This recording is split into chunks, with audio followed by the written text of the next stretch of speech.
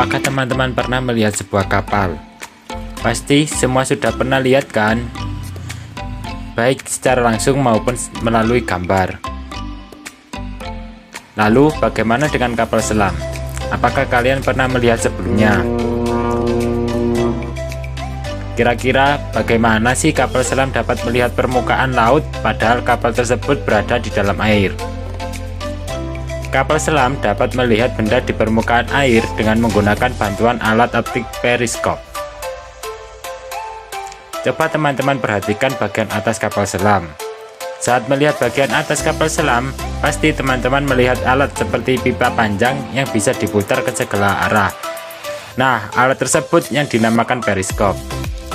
Periskop berfungsi untuk melihat dan mengamati keadaan di permukaan air laut.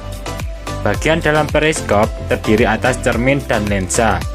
Periskop merupakan suatu alat optik yang berfungsi untuk melihat benda yang sulit dijangkau, di mana cara kerjanya adalah dengan membelokkan cahaya dari lensa objektif ke lensa okuler. Bagian-bagian periskop ada lensa objektif. Nah, lensa objektif ini merupakan bagian dari periskop yang biasanya berada di atas permukaan air laut, yang berfungsi untuk menangkap gambaran objek benda yang ada di depannya. Lensa objektif ini kebanyakan merupakan lensa cembung sehingga bisa memperbesar bayangan objek di depannya. Lensa okuler. Lensa okuler merupakan lensa pada periskop yang tepatnya di dekat mata pengamat. Cermin atau biasa juga diganti dengan prisma segitiga yang berfungsi untuk membelokkan cahaya dan membuat bayangan yang dibentuk oleh lensa objektif menjadi objek pada lensa okuler. Tabung atau rangka periskop yang merupakan bagian dari periskop yang digunakan sebagai tempat bagian-bagian periskop lainnya.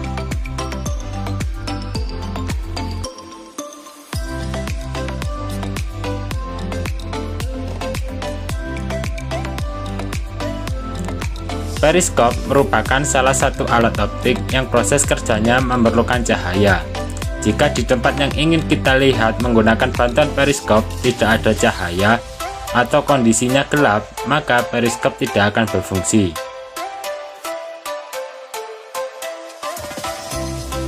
Prinsip kerja periskop adalah, pertama-tama lensa objektif berfungsi menangkap bayangan objek atau benda.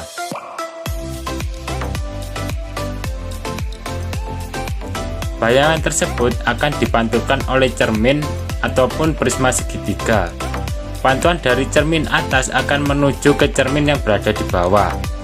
Pada cermin yang di bawah, pantulan bayangan akan dibelokkan menuju lensa okuler, sehingga kita dapat melihat bayangan objek di atas.